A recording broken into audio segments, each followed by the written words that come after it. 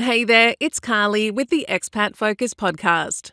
The COVID pandemic has been a catalyst for change for so many of us. How are you living your life differently to before the year 2020? Husband and wife Michelle and Alex actually had a big move abroad in mind before the global shutdown derailed their plans. Now they're catching up.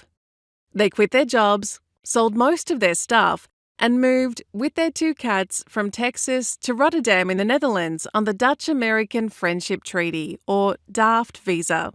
The couple document their lives on their YouTube channel. It's called Buncharted, and we chat today about their experience of setting up in the Netherlands, applying for their visa, which only happens after you arrive, lifestyle differences, and what they'd leave behind if they had to pack for their move all over again. Michelle and Alex, thank you so much for joining me on the Expat Focus podcast. Thank you so much for having us. Now, we're here to speak about your move from the USA to the Netherlands. But first, I just want to pick a little bone with you because I noticed on your Buncharted YouTube channel, you do a few taste test kind of videos. And you had one where you were comparing the British Marmite to the Australian staple Vegemite, and you had some pretty unkind words to say about my favorite breakfast spread. So, what's with that? I don't understand how Vegemite is edible. Yeah. I was actually really surprised. So we did a video very early on in our channel where we tried the UK Marmite, Vegemite from Australia, and then Marmite New Zealand. And we love Marmite from the UK. Like, we were shocked the first time we had it. We were like, wow, this is so good. Why do so many people hate it? This I can't believe either. Yeah. So when we tried Vegemite, I was like, what is this? Like, why is it so different? I always assumed they would be similar. But when we ate Vegemite, we were just like, this doesn't taste like food. Yeah, I felt like we had a bad batch or something. So I would really love to know, like, what does it taste like? Yeah, what do you like about it? Well, see, I'm a big salt tooth? I'm not a sweet tooth. I'm a salt fan. And it's just a beautiful, dense black for anyone listening that is not au fait with Vegemite. It's a dense black yeast extract spread, and it's super, super salty. And it is delicious. And the one thing I take issues with is I saw you spread it on your bread, your toast. It wasn't too thick. Yeah. But did you include butter? Oh, of course we did. Yes, absolutely. Okay. You got to have the butter. Yeah. All right. Well, you seem to... We've watched enough YouTube videos of people trying Vegemite where I felt like fairly confident about our execution for all of the spreads. Oh my gosh. We Michelle's mom came into town a few weeks ago, and we wanted her to try the UK Marmite because we have tons of it. We eat it because you're still eating it like every morning, from what I understand. Every morning. And I gave her no introduction to it whatsoever. I just pulled off part of my bread and I handed it to her, and she ate it, and she was disgusted by it. But I was thinking about how funny it was, because I think by default, especially for Americans, like anything you spread on toast is going to be sweet. Yes. Yeah. So she thought it was going to be like Nutella or something, peanut butter or something. Yeah. So imagine her horror when she, bit into it and realized it was, extremely She salty. tried to be so polite too, where she she kept it in her mouth and didn't immediately spit it out, which I felt like was a pretty good. Yeah, but she couldn't swallow it. I felt really bad. I actually had the same experience because here in France, eating sweet things for breakfast is the norm. And I gave my work colleagues a bit of a Vegemite taste test on, baguette with butter, and they very politely turned their noses up. At least they're polite about it. But I have to say, I do recommend you try Vegemite again. Give it another crack. But I will. If and when you do, butter, Vegemite on toast, slices of avocado. Oh. Runny fried egg, bit of salt and pepper, maybe some chili flakes. Yeah. Okay, that is my favorite way to eat Vegemite. I like how you turned it into avocado toast. That's something I can definitely see that we get. Also very millennial. Yeah. Yeah. What can I say? Well, moving on from Vegemite, you're on the podcast today to share your journey from the USA to the Netherlands, and you use the DAFT visa, which I find quite a fun name, the Dutch American Friendship Treaty visa, to get there. So I want to start by asking what was behind your decision to make the move, and in only 3 months? So we basically had already planned on moving, which it put us in a very interesting predicament. I'll try and keep the story short, the backstory at least. In 2020, we had both quit our jobs because we planned on doing some extensive travel. So like it's January 2020, and Michelle and I literally put in our notice on January 30th or February 1st, 2020. Yeah, and just to back up, it's something we had been saving for quite a long time at that point. Yeah, we really, really wanted to just like do some extensive travel to catch up on what we call our travel backlog. Like there's tons of places we want to visit, and there's no way you're going to be able to do that when you only get a few weeks off every year to take a vacation. Because in the USA, it's notoriously bad with holidays, isn't it? Like yes, exactly. 2 weeks a year or something. Plus, in the USA, you have to fly from the USA to Europe or to Asia. I mean, you're far away. I can relate Australia to the rest of the world. Oh yeah, of course. Yes.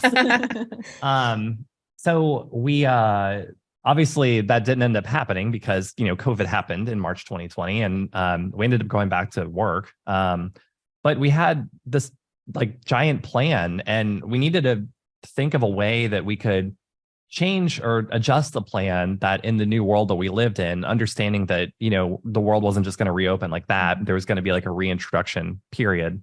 How do we weave this into our lives, preferably in a way that's actually more, sustainable long term, not something where like we do this like 6 month burst. Yeah. And then go back to work.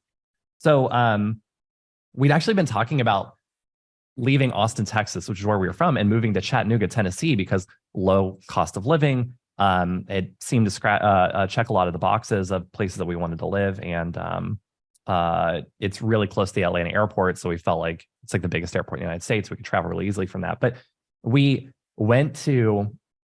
planned already on moving in, I think, July of 2022. We went to Amsterdam and Paris just to get out. It was our first international trip post-COVID in April 2022. And on the way back, we were Googling, how could we move to the Netherlands? Well, we kind of always do this thing when we were traveling, especially internationally. If we really love the city or the country, on the way home, we'd be like, how do we move to Japan? Or because you've already picked out your house, right? Well, yeah, exactly. We've already looked it up, and normally in that process, we Google it and we find that like nothing short of impossible to figure it out. So we just continue to do it this time. Yeah. And it actually, like, I had been freelancing, and the entire first page of results was Dutch American Friendship Treaty. And it was like, oh, this is interesting. They have a visa that essentially is for freelancers or people starting a business in the Netherlands for Americans that makes it really simple to move to the Netherlands. So we were just like, well, we were planning on moving to Chattanooga in July. Do you just want to move to the Netherlands instead? A little bit more east. Yeah. I mean, it seemed like it was the perfect solution. So that we did it. Yeah. And were you mentioned you were freelancing, so you were already working for yourselves before you decided to move? He was. Yeah. I wasn't. So I had a typical like Monday through Friday 9 to 5 job. That I was in the United States. It's not really 9 to 5 Monday through Friday, but yes, that job too. It's 9 to 10 p.m. And it's 1 hour a day. Yeah, 9 to 10 p.m. But I was already kind of thinking like, if we move to Chattanooga, would I be able to keep it? And it was like 50-50 because the company that I worked for was one of those companies that felt really strongly about having people back in the office post-COVID. So I wasn't even sure I was going to be able to keep that job, even if we made the smaller move to Tennessee. Yeah. But I mean, even for freelancing, part of the move, it's a big move, I mean, you're basically upending when you're freelancing, it's really easy to have calls with your American clientele, and it's during the workday. Here, obviously, that had to be adjusted. There's just some transitional flux from the actual move itself. And I mean, I use that as an opportunity to scale back. And so right now we're just taking the time, like I am freelancing still on a much more limited capacity because we want to travel. Like we're trying to figure out that sustainable long-term thing. And eventually we'll figure out what we can do that fits into our lifestyle. But right now, I think we're just trying to, enjoy the fact that we're living in the Netherlands. Yeah. And we can like take a train somewhere, and we can we're 3 hours away from a different country. And that's just never the way that it's been for us in the past. Right. I love those postcards you can find that show the geography of Europe, and they place it over like a map of the United States or Australia just to give you that scale perspective. Yeah. Oh I mean, we were living in Austin, Texas, and there's I've seen pictures of Texas laid on top of the continent of Europe, and it's just like, holy crap. Yeah. It's just so small. I mean, I saw a TikTok yesterday from a TikToker who's in Amsterdam, and it was playing on the fact that you can spend 7 hours just driving across the state of Texas. You'll be in Texas the entire time. Where here you can span 5 different countries in that same 7 hour period. I think I can drive from where I am in Strasbourg to Amsterdam in 5 hours if I wanted to. So we were taking a train from here to Rome, and the day before we were sitting at a cafe or something, and I was just I wonder how long it would take to drive that. And I looked it up. I don't remember what it is now, but it's like a normal drive. Feasible, in the United States. Yeah. I was like, holy crap. It's just wow, everything is so close to us. And we've driven back and forth across the United States several times, pretty with an aggressive agenda. And it's always taken us 3 days. Oh yeah, to get anywhere. Yeah. Oh, same with Australia. Absolutely. Yeah. Oh, right. Yeah, of course. What a big country. Yeah. And you get attacked by spiders along the way. Yes. There is this giant snakes, cockroaches. It just the insects get bigger the further north you go. So Oh my gosh. We learned a little bit about that in Texas because we're not from Texas, but we had lived there for 5 years, and just even moving that far south in the US. Yeah, they have big centipedes. They have really big bugs there, and that was upsetting. Upsetting to say the least. That's one thing that is quite pleasing about Europe. They don't seem to have I love the hairy scaries that I come from back home. I wanted to know a little bit more about the Dutch-American Friendship Treaty visa. Something that stood out to me when I looked it up was how little investment as an entrepreneur you had to make in the Netherlands to get this visa, because I know there are visas for other countries, golden visas and those sort of things, where you have to buy a property, invest a few €100,000 into the country you want to live in, that sort of thing. But this one seems super accessible, even for someone who's just starting out with their own business. Yeah, it is extremely accessible. And I have some, I'm aware of the fact that it is very much a privilege that this treaty exists. I think it was done in the 50s, in the aftermath of World War II, as a means to, inspire Americans to actually make an investment in the Netherlands after World War II. So the fact it still exists, I think, is, great, because the world is obviously extremely different now. I'm shocked that it hasn't really changed all that much as that time has progressed. And I'm also very aware of the fact that there's additional privilege in that it doesn't go the other way around, which is very surprising. If you're an entrepreneur in the Netherlands, you can't just move to the United States, make a similar investment, and get a visa. It's a much more difficult process. So I was actually floored by the fact that this thing was so approachable and relatively easy to pull off. There were so many times throughout the process before we actually moved here that we were working with the immigration attorney and just kept being like, wait, this can't be. Wait, can you remind me? Are you sure? Yeah. Are you sure? So many times. Yeah, because it seems, it doesn't seem like it should exist. Yeah.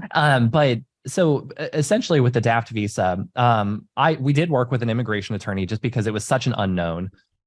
We don't know what we don't know. Plus we are starting from, we weren't in the Netherlands. And by the way, to get this visa, you have to be in the Netherlands. So it doesn't really even start process-wise until you arrive, which is very interesting and also very scary because we have 2 cats. We upended our lives, sold our house in Austin.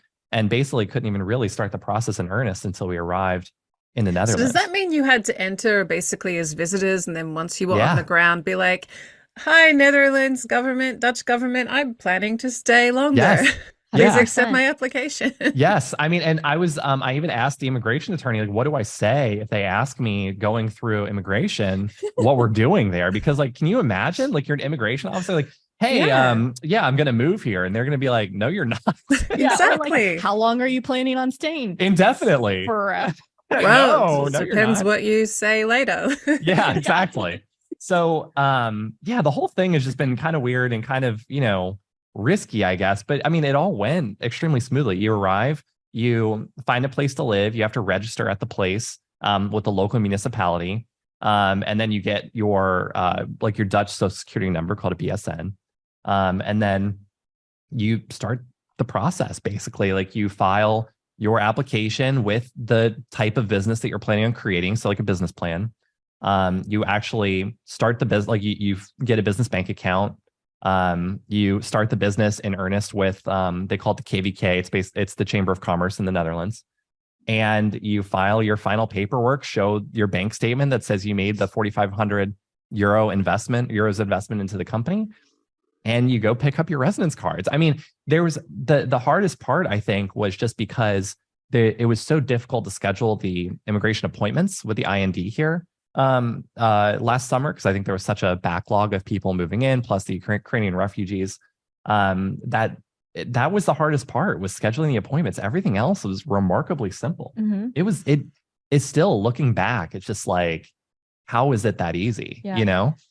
And you mentioned you needed to set up a business bank account. I mean, setting up any bank account in a foreign country is difficult the best of times. But how were you able to do that, for example, when your visa was still being processed? I don't know how I did it, though. It was crazy. Like, it was just like every time we did something like that, I was like, there's no way this is going to work. This is going to go well. Mm-hmm. And it always did. Well, I honestly think the hardest part was getting like a mobile phone service. Yeah. Well, that was like where it just kind of felt like it needed to follow an order of operations that didn't really make sense with the reality of what we were dealing with, but everything else was like pretty. I mean, we signed up for personal bank accounts basically the week we were here, because we needed to have a place to actually have euros. Yeah.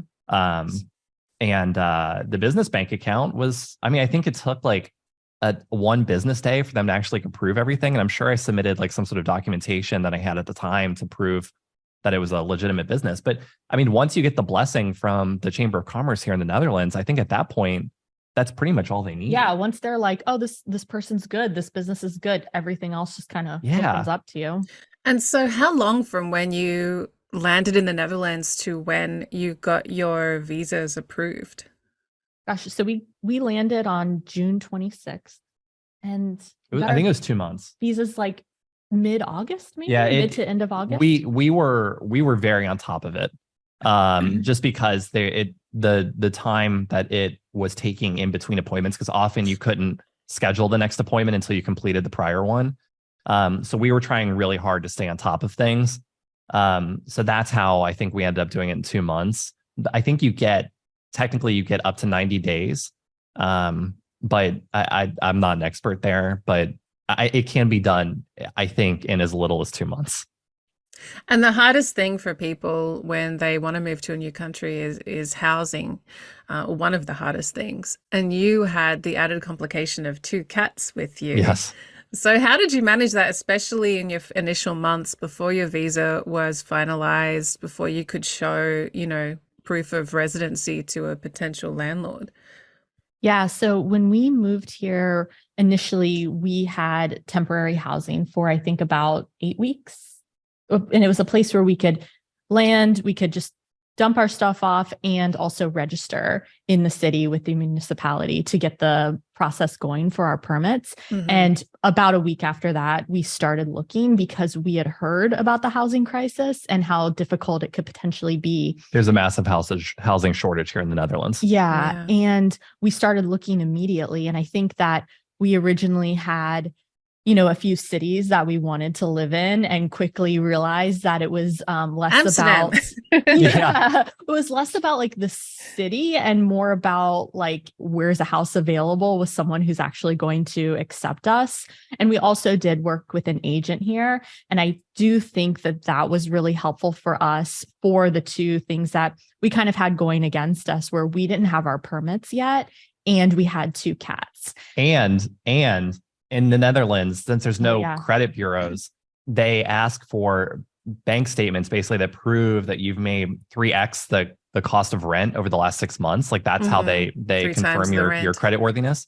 But we didn't have any. Like all of my money up to that point was in the US. Yeah. And it was in my US bank accounts. And the bookkeeping in the United States is nothing like the extensive bookkeeping that you need to provide in the Netherlands. So like that was another thing. Like we'd had to have someone who could, attempt to vouch for us and translate the documents that we were sending her before like we sent all the stuff to a landlord that was just like, what the hell is all this? Well, and I think I personally was probably like a bit naive about it, where I was like, oh yeah, like they say that they need this and everything, but if we just give them 6 months worth of rent up front, they're going to be like, oh, this is great. Like, this is fine. It's no problem. So that's going to solve everything.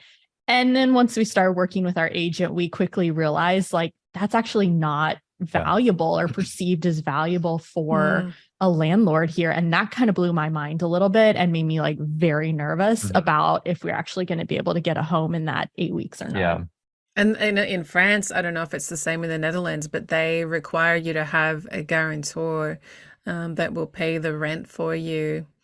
Oh, wow. Who is that? Like, who would that be? For students, for example, it's often their parents or their grandparents who say, especially, I think your income needs to be 3 times the rent. And if you don't have that, no one quote me on this, then you need a guarantor. And so I remember one friend was renting a place and they're like, okay, who's your guarantor? And she's like, guys, I earn 6 times this rent. I do not need a guarantor. If the landlord will not accept me, that's their problem. I mean, I wish I could have gone in and felt that confident. But we were literally like, I don't know. It was like one of the that was the scariest thing because we were coming in. We were the least appealing renters. Yeah. I mean, we have cats and like all of our money was in the US. And I'm a freelancer and we don't have actual visas. I can't believe we found a place given the housing shortage, but it was just like we had our tail between our legs every time we put an application in. Yeah. And we were on this like countdown clock where we knew also the temporary housing that we were in, we couldn't just extend it. No, they couldn't extend it because they were also booked up too. And we were kind of like, what happens at that 8-week mark when we don't have a house and they kick us out of the temporary housing? Yeah. So would you say that using an agent to find a place to live was the right move?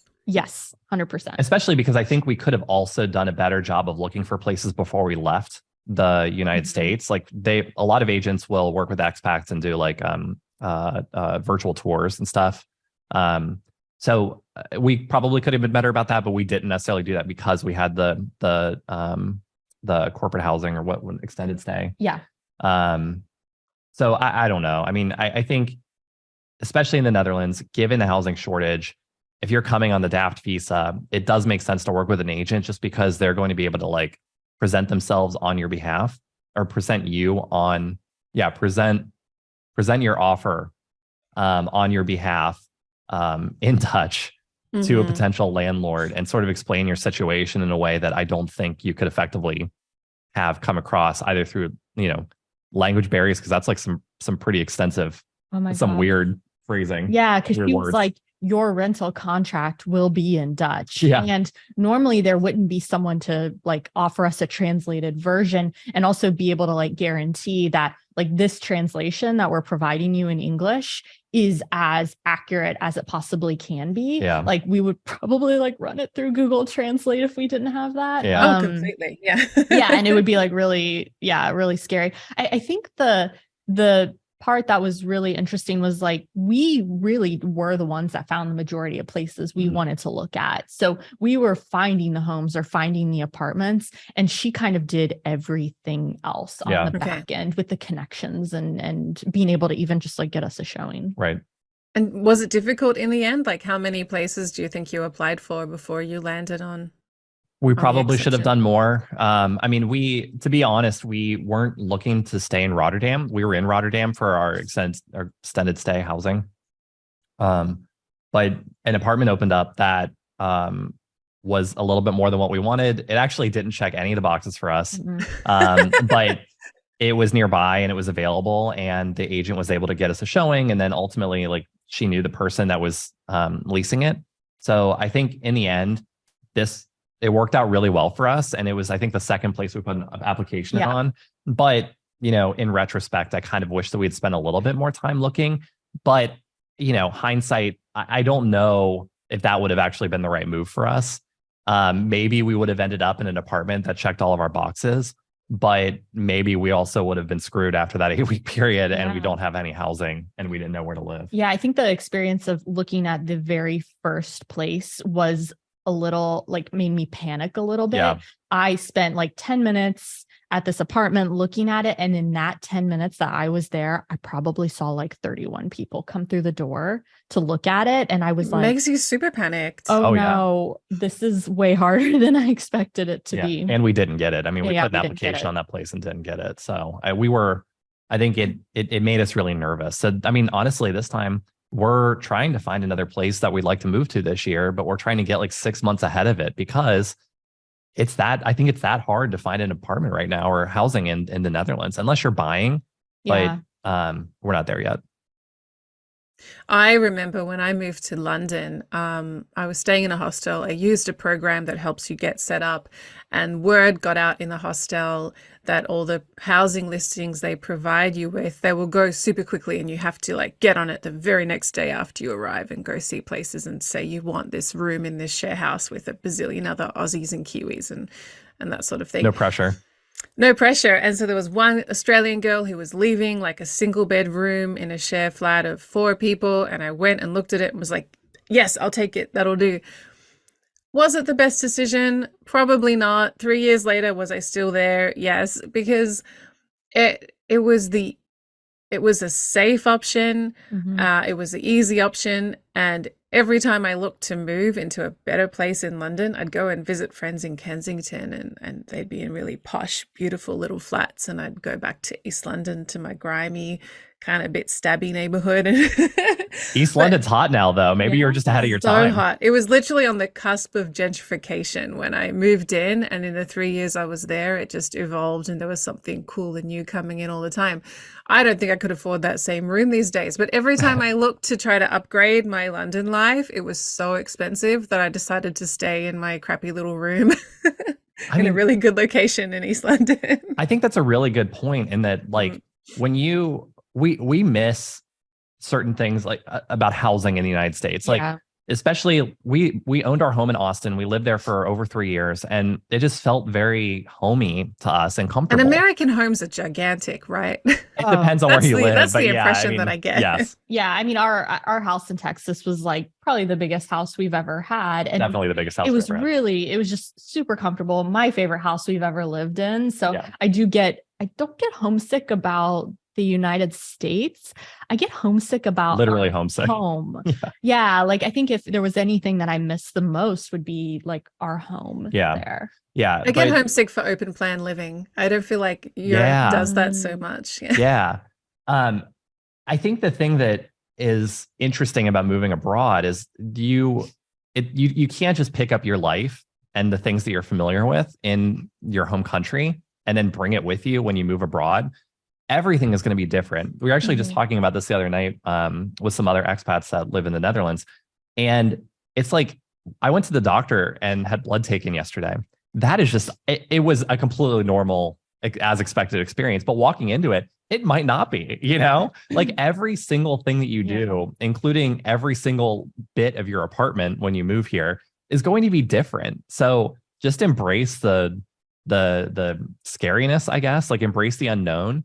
And just understand that, you're going to learn and you'll get better at it as you go. And that includes, what you're looking for in housing, or how you even might approach like an application process, or maybe, not even maybe, definitely after living here for a year or living in the new country for a year, you're going to have a lot better of an idea of what you actually want and are looking for than when you are like fresh Yeah. off the plane 'Cause- 1 week in. Yeah, like some of Mhm. those things in the first few months that you're here that were like really frustrating, or you're just like, oh my gosh, like this thing again. Like some of those fade away and just become a part of your like normal Yes. everyday life. And you just have a very different perspective on it. Yeah.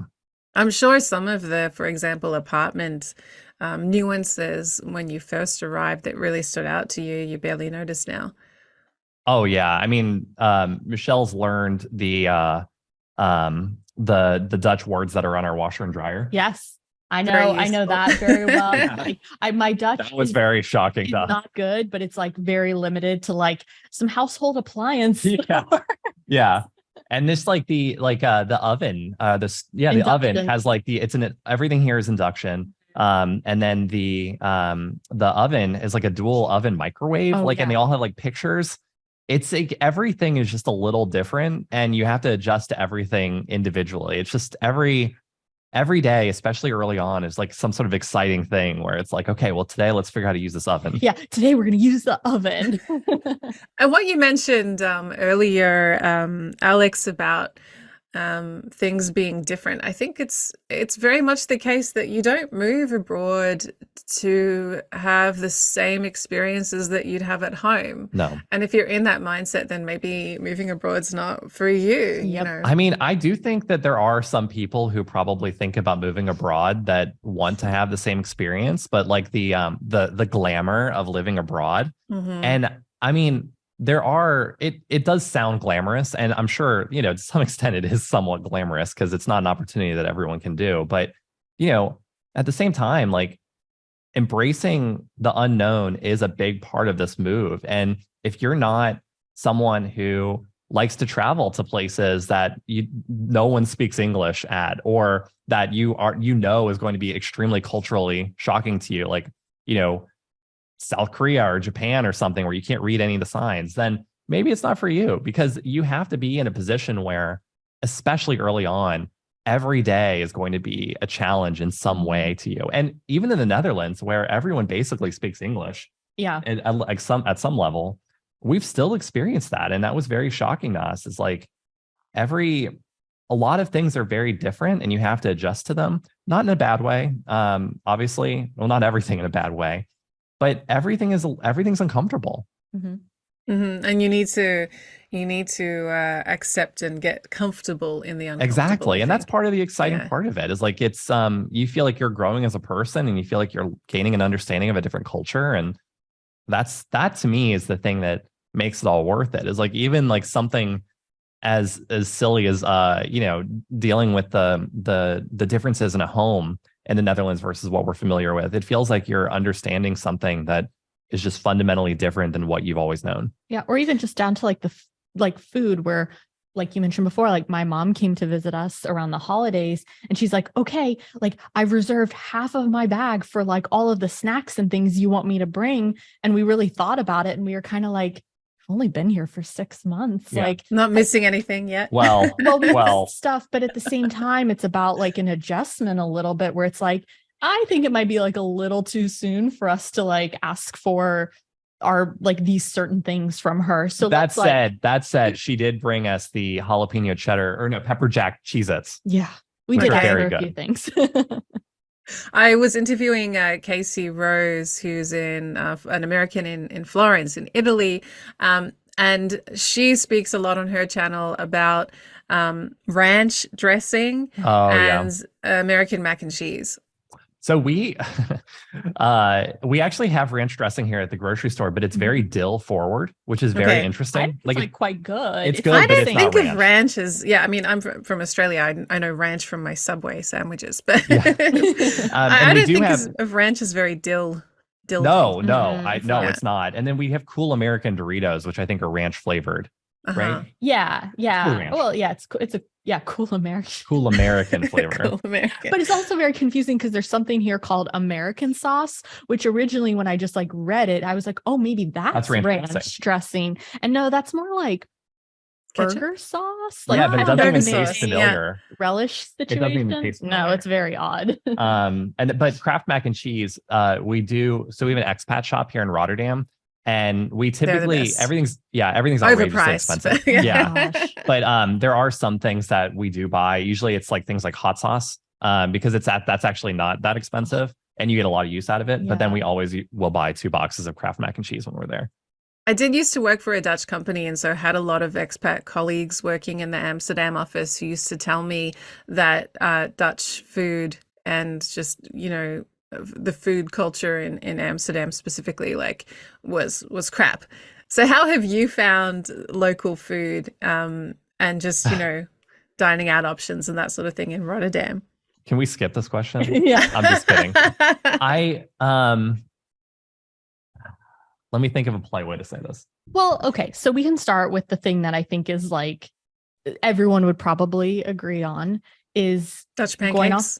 Oh, well, yes. No, don't get me wrong. There are highlights to Dutch food, and I will talk about those. My biggest gripe that I think is pretty constructive, or our biggest gripe that I think is pretty constructive, is that there's really no spicy food here. No, it's all very, I bland, I think is like a little harsh, Yeah. but like there's not, even when we're talking about ranch dressing. Beige. Yeah, it is very very beige. beige and brown. Yeah. But like when you talk about like the flavor palette of ranch dressing as an example, I'm not surprised that it's so dill forward, because ranch dressing is like, it's tangy, like that's like Or sour. Like there's a little bit of like A kick. a bite to it. Yeah. But like salt and vinegar chips aren't even popular here. I think there are Pringles salt and vinegar chips, but like that's I it. miss good salt and vinegar chips. Yes. It's not really a thing in France. So like either. that and like spicy food is just not that common here. Even when you go somewhere and they'll say, do you want this spicy? Or we got fries once, and a common fry sauce here is called samurai sauce. And they were basically, Yeah, I like the samurai sauce. Yeah, Very it's good. good. France. Yeah. But they were the person at the fry counter was in a crass way saying that it was going to be very spicy. Are you sure you can handle it? Yes. And Yeah. we ate it, and we were like, I mean, it's like equivalent of like mild spicy in the United States. Yeah, I've it's like learned spicy mayo, basically, Yes. right? Yeah, when they say spicy, it actually means more of like a paprika flavor. Yeah. Like you get the pepper flavor, but no spice from the pepper. We have Yeah, found you're not spicy doing places. hot ones. Yeah. Yeah, exactly. Not even close. Mhm. But here's the thing, like in Dutch food, while Dutch food is not necessarily spicy or tangy or doesn't have anything that's like it's not going to like rock your taste buds. It is good food. Like it is fun to eat, especially fries. Like I love fries. I love trying all sauces. Like there's a sauce here called yappy sauce, which is just like, it's awesome. Oh, like it it's is so so good. good. But there's also a lot of there are highlights in like food culture in the Netherlands, and 2 of them that I think are they were unexpected for us coming in. One is just, we're in Europe. There's a lot of European countries that have like really good outposts here in the Netherlands. Like here in Rotterdam, there are numerous Italian restaurants that are run by Italians, and the food tastes like it's so from Italy, good. and that Yeah. is just like, that's great. Like there are lots of examples of that. The other thing that was completely unexpected for us when moving here was, the Dutch have a history of being like one of the very early colonizers of the world. Like they were, they owned the spice trade in Indonesia. They colonized Suriname in South America. And through all of that, there was like a meshing of foods. And here But not spicy foods. Well, here it's Surinamese food, which is sort of like Okay. combination Indonesian Chinese food with Dutch flair. So Ah. we go to a Surinamese restaurant here, and it's essentially like American Chinese food, or Indonesian food, but it's on like a sandwich. Yeah. So like instead of, getting your like American Chinese food on rice or noodles, get it on a weird baguette. Yeah, it's so good. Like it is just Interesting. like it's Dutch fast food, Uh-huh. but it's so interesting and different than what we're familiar with, but still familiar and like a taste, because it's sort of like American Chinese food. That is to me like the highlight so far of Dutch food with air Yeah. quotes, because it's something that is uniquely in the Netherlands that we weren't expecting. That isn't just fish or like fried Potatoes or ragu. something, Yeah, or yeah. potatoes. I am curious about why you were eating Marmite for breakfast when you have the option of chocolate sprinkles on bread. Oh my gosh. Oh, That's the other thing I can't get behind. So I was actually going to mention that yeah. on our YouTube videos where we talk about Dutch food, Dutch people will tell us, and I mean, thankfully, that Dutch food is not just the beige things that I think tourists are familiar with, but there Mhm. are a lot of things that are like very meat and potatoes. Like a standard Dutch dinner, I think, especially in the winter, would be like a sausage on top of what is basically mashed potatoes mixed with vegetables or sauerkraut. So, like, I think more of those things are in existence. It's just we're not as familiar with them as people that have just moved here. Like, you don't go to a restaurant and buy that. It's like Yeah, something a Dutch family usually, would eat. yeah, you would make it at home for dinner, which Yeah. I don't know, feels very American to me. I'm pretty sure my mom made me that exact Oh, same sure. meal 100 times when I was a kid. But Hagelslag is the exact same thing. Like, I don't think we're meant. Oh, sorry. Huggelslag? Hagelslag is it's Huggelslag? fairy bread. Okay, It's bread with butter that's and what it sprinkles. is. That's the name Yeah. of it. Mhm. Okay. Do you Sounds like toast fairy something out bread? of Harry Potter. No, no, you Because just so that lather it was in we toasted butter. it in our video, and everyone was Really? like, Everyone "You don't yelled. toast Because Hagelslag." wouldn't the sprinkles melt on the hot No, toast? it doesn't. They're like, it's like they've got like a little bit of a waxy coating to Yeah. them. Okay. Yeah, no, So I've never tried it that way. Hagelslag, it's actually the name of the sprinkles, but like that's basically it's white bread with butter and then chopped with chocolate sprinkles, and that's like I think a Dutch breakfast, a simple Dutch breakfast, especially for kids. For kids, yeah. I can't get behind it, but Yeah, we it tastes tried it fine. a few times, but I mean, the Hagelslag section in every grocery Huge. store is like Gigantic. very similar to like the cereal aisle in America. Oh, and we stayed at a hotel in Maastricht, and the hotel had breakfast, and it was phenomenal. And when they came out Well, with like those the tiny little packets of sprinkles. yes, Yes, yes, I it love was them. so Yeah. funny. It Oh my was just gosh, like they're so cute. the tiniest little box of Hagelslag. It was adorable. So sweet. I used to steal them and put a few in my bag to take I back love to that. Yeah, France we with took me. it with us. I know we need to wrap up soon, but I did want to ask about how your cats have adjusted into Dutch life. Yeah. They love stroopwafels. Yeah, they love stroopwafels and they're bitterballen. so good. Our cats are thriving here. Yeah. Which is and they have been from the very beginning. So we have two cats. One is a little bit older, but she's the one that's like traveled with us like quite a bit in the States. Like we've moved her to probably like 5 different cities, and we always knew she was a trooper. She had been on a plane before that. And we knew that she was going to be okay. Our other cat, who's a little bit younger, is the one who previous to this had been like living in her cat cave under the bed for like 16 hours a day. And we were very worried about how she was going to transition. She's out all the time now. She's like hanging out with us on the couch. She was playing earlier when we were on the phone here. She's playing. She's looking out the window. Like from the moment we landed, and we stayed in a hotel for the first night at the airport just to like get them in a space where they could get out of their carriers. We like had prepped a place in the bathroom for her because we knew she was going to hide. She didn't want to go in there. She immediately like came out into the bed and was like looking out the window in the hotel room. It's been crazy. wild. Like, I don't know what it is, but the cats love Europe. Yeah. And were they outside cats before, or have they No. always been indoor cats? Always been indoor cats. Yeah. Okay, that would have helped a lot. Yeah. Yeah. So what can you tell me about your future plans? I'm sure you have a big agenda for the European summer. Yes, we do. I mean, the first thing that we're actually really looking forward to right now is in late March. We're planning on doing like a camper van trip around the Netherlands and right. Germany and Belgium, because we want to see a lot more of the country than what we're able to see just hopping on the trains. The train system, obviously extensive, Fantastic. but there are a lot of places that are just difficult to get to. And that's what we're really, really excited to see, because that might open up some things that we want to spend a little bit more time in later in the year.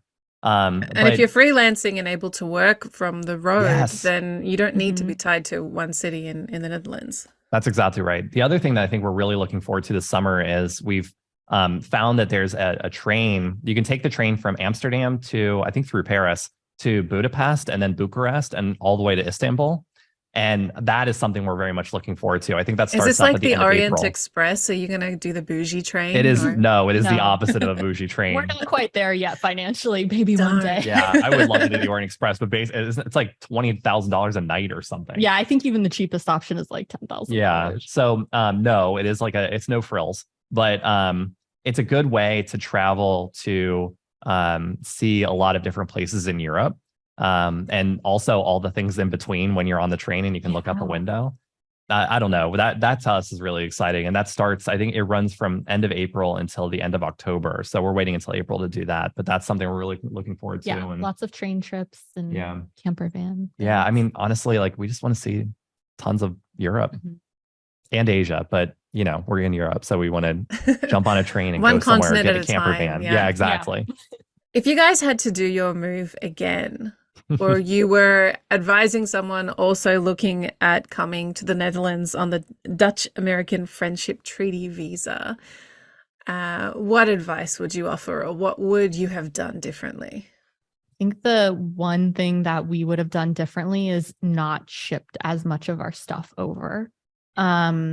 We felt like when we were in Texas getting rid of our things, I mean, I think we sold and donated probably 70% of our Probably items, more. at least maybe 80%. And we were like, feel really good about, the things that we're shipping over to the Netherlands. And then, it takes a little while for your things to arrive, 3 or 4 months. And in that time period, we realized most of the things that were on its way over here, we didn't need.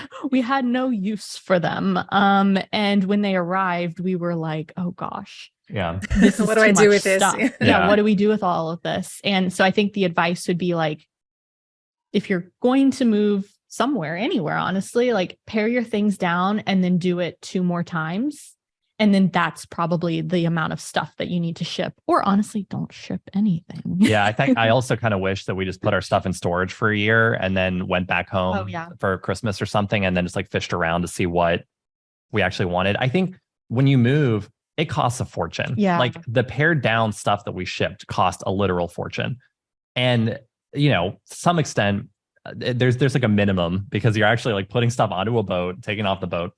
But like having things that you bring from your home country to make your new home country feel like home are important. So like wall art, knickknacks that have some sort of, sentimental value, things like that I think are valuable. The thing that we did that I regret is one, we assumed all high-end or expensive electronic items would just work in Europe, and that is not the case. Because the wattage or something in the The US wattage is different. Yeah. Yeah. So it's It's 220 not just a volts matter here. of putting a power plug adapter on the end. No, you'd have to buy a converter, which is like a much bigger and difficult thing to use. Right. So, well, not difficult. I mean, it's easy to use. You literally plug it in the wall, but it's a big honking beast. You so could like just kitchen... have bought the same thing again. Yeah, exactly. European Yes, our KitchenAid version. mixer. Yeah. We bought like a nice toaster that we brought over. Like it was just like, why did we bring this? We should have just like Googled it. Fancy hair dryer. Yeah, her Dyson hair dryer didn't work. That, gotten the money for it and bought it here, Totally. And then the other thing that we brought that we wish we didn't is a lot of clothes. Yeah. I mean, we just assumed that The when Dutch the don't winter... wear clothes. No. Oh no, they're completely nude all the time. Sneak in. Actually, I mean, Sonic culture has been kind of an eye-opening experience for us, but another time. We just kind of we expected that we would be we'd want all that stuff in wintertime. But I think the reality is one, our stuff arrived really late. So we had to buy some of it again anyway. And then two, like, did we actually did we need those clothes specifically, or should we just gotten rid of it and just bought it new? I mean, it's just when we got here, when we needed it, it just seemed like you look back and you're just like, wow, we were so dumb. It seemed like that was the thing. We're just like, oh, this is great. We're only moving the exact stuff that we need. I thought we were so smart when we were doing it. And we were like, high five. Yeah, this is great. And then all of it arrived. And I just felt so stupid for shipping it all. You take another thing out of the box and you're like, oh, another thing out of the box, like disappointing again. I'm about to mark 10 years since I left Australia, and I've been back maybe every 2 years since I left. And every 2 years I come back, I look at the clear plastic tubs of my stuff that I left in my old room at my parents' place. And I'm able to cull 1 or 2 more boxes. I'm like, oh, I forgot I had that. Do I need it anymore? Do I feel attached to it anymore? No, okay, it's time to let it go. The thing that's left, the biggest part of my stuff that's left, are photo albums. Oh, Yeah. Because, you know, I grew up in the 90s and early 2000s where we still had, you Right. know, manual and digital cameras not connected to the internet, and you printed off photos and put them in albums. And Yep. I cannot bring myself to take them all out of their little sleeves, Digitize them. to dump them in a suitcase and bring them back and then have to sort through them or digitize them. And I'm like, oh, I'd just like to take them as they are Yeah. back. But that's like expensive and heavy. Yeah, it is. I'm still like dragging my feet as to what to do with all these childhood and adolescent photo albums. Yeah. I mean, as long as there's a place to, I mean, we've got tubs of stuff in my mom's basement from even before we moved to Austin. And I mean, I think about what's in there. I mean, there are sentimental items in there that I would not move. Like, there are things I do want to hold on to, but like, it'll probably be like 10 years from now, I'll look back and be like, do I really need this? Yeah. But I mean, there are going to be things that I just won't want to move. And at some point we'll have to make a decision about it. But Like, you can't keep it there forever. Yeah, What do you but- do I think with I've it? accepted more and more as I've lived here that I'm possibly not going home like to Australia anytime soon, yeah, which is also why I've been slowly being like, okay, does it make sense to leave stuff with my parents Right. anymore, or should it be here with me in my life Right. in this country? Yeah, Yeah. definitely. that is one of those things. It's like you think about that all the time. And I like we talked about with the Dutch American Friendship Treaty visa, you initially get a 2-year visa, it renews for 5, and then after that, I mean, you can apply for permanent residence. Is it pathway to citizenship or? It could be. I mean, we'd have to learn, I think, is it B1 level understanding of the it's- Dutch language, yeah, which is yeah. pretty high. Pretty But intense. I mean, we would like to we would like to eventually. That's currently the plan. But the Netherlands is a 1 passport country. You can't have dual citizenship. So you'd have to renounce, but you could live there forever on a residency. That's permit, yes. right? Or I think we could live here long enough. I mean, it seems so jarring to think right now that we would ever be in a position where we would want to renounce our U.S. citizenship. But if we live here for 10 years and we have no plans to go back, at that point, I think you would probably start to think like, where is our home? Or at least have a conversation about it, Yeah, which now we would exactly. be like, oh no, that seems wild to us. But Yeah. Yeah, it's very early for you guys still. Yeah. Yeah. Thank you so much, Michelle and Alex, for joining me today on the podcast. It's been so fun to chat, and I feel like we could keep talking for another hour Oh, so yeah. I know. easily. Yeah. Thank you so Yeah, much for thanks having coming. us. Tell me, where can our listeners find you on the socials? YouTube.com/Buncharted. Mhm. And then we're on Instagram and TikTok, but honestly, just follow us on YouTube. That's where all the good stuff is. Yeah. That's it for today.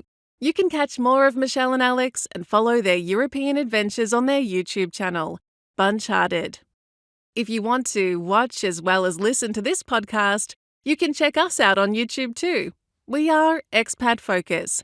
And I'll catch you next time.